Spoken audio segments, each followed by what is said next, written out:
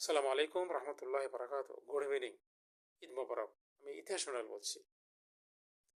গতকালকে আমাদের দেশ স্বাধীনতা নিয়ে কথা বলছিলাম। আমাদের দেশ কি বাংলাদেশ নাকি বাংলাদেশ প্রদেশ কোনটা?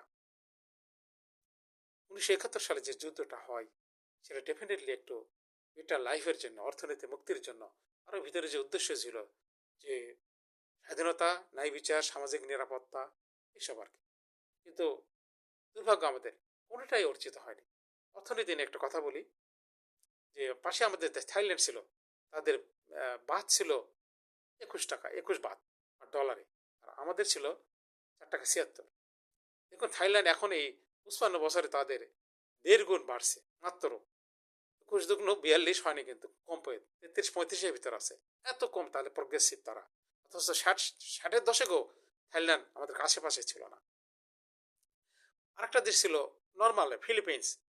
তাদেরও পেশো ছিল 6.5 বা সামথিং, এখন 9 গুণ বাড়ছে, 55 হয়েছে। সেই ভাবে যে আমাদের 9 গুণ বাড়তো, তাহলে আমাদের 45-42 হতো। আর ইন্ডিয়ার সঙ্গে যদি তুলনা করেন, ইন্ডিয়ার প্রায় 12 গুণ বেড়ে গেছে। আমরা 12 গুণ যদি ধরি, আমাদের 4 টাকা 76-কে 57-58 হয়, ঠিক এক্স্যাক্টলি অর্ধেক মতো। আমরা যদি অর্ধেকের দামে, যদি ডলারের দামে অর্ধেক হতো, আমরা সমস্ত জিনিসপত্রের দাম যদি অর্ধেকের দামে পাইতাম, তাহলে কি হতো? এটা অ্যাকচুয়ালি স্বাধীনতার আসলে উদ্দেশ্য। কিন্তু বলা হয়েছে যেটা, উদ্দেশ্য ছিল আর একটা, কারণ আমাদের প্রদেশ বানাবে আর আমাদের নেতাদের যে ভোগ বিলাসপূর্ণ একটা জীবন হবে পাকিস্তানিদের মতো, তারা সেটা পেয়ে গেছে 100%, 200% তারা পেয়ে গেছে। আর আমরা যে তিমিরে, সেই তিমিরে আছে। আর একটা ছিল যে সরকারি চাকরি এত তো হতো না, আমাদের ওইরকম পাইতাম না। আর সেটা দেখুন, 15-16 লাখ লোকের এগেস্টে এখন তার 10 গুণ লোক বিদেশে চাকরি করে। বিশ্বের ভিতর সবচেয়ে নিকৃষ্ট এবং লেভেল মর্যাদাহীন চাকরি করা হয় বাংলাদেশের বাঙালিরা। বেশি টাকা খরচা হয়, সবচেয়ে কম উপার্জন হয়। এটা কোনো ইজ্জতের হলো? এটা কিন্তু প্রপাগান্ডা করা হতেছে। আরো যা আছে অনেক, আমি কথা হয় বলবো না। যে মেইনলি যে ব্যাপার হলো দেশ এবং প্রদেশ নিয়ে কথা। আপনি কি বাংলাদেশ প্রদেশের জন্য কথা বলবেন না বাংলাদেশের জন্য কথা বলবেন? যদি বাংলাদেশের জন্য কথা বলবেন, তাহলে আপনি লাইফ রিস্কে পড়ে যাবেন। আর এতে প্রমাণ হয় যদি আপনি দেশকে ভালোবাসেন 100%, আপনি আপনাদের হায়াত নাই, 1 বছর, 1 বছর, 1 মাস এরকম থাকবে।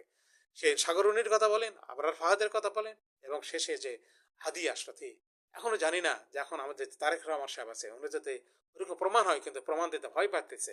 ওনারা যেভাবে এজেন্সি বলতেছে সেইভাবে উনি চলার চেষ্টা করতেছে। এতে রেজাল্ট কোনো দিনই সেটা হবে না। কারণ আপনি যদি এখানে এই দেশে থেকে যদি দেশের জন্য না কাজ করেন, জনগণ ছাড়বে না। আর যদি দেশের জন্য, প্রদেশের জন্য কাজ না করেন, আমরা এজেন্সি ছাড়বে না। এই আমরা দুটানের ভিতরে চলে আসছি। আর যখন আমরা একত হয়ে গেলাম ভাই, তখন আমাদের কিন্তু স্বাধীনতা আসলো। 24-এর বিপ্লব যেটা, সেটাকে ধরে রাখতে হবে। যদি ধরে না রাখেন, আমি সে কত ভিতরে একই ভাবছি ভাই, আমাদের কিন্তু আবার সে দুর্গতি আসবে। যে প্রধানিতে আসবে, আমরা কেমন তার প্রিয়তে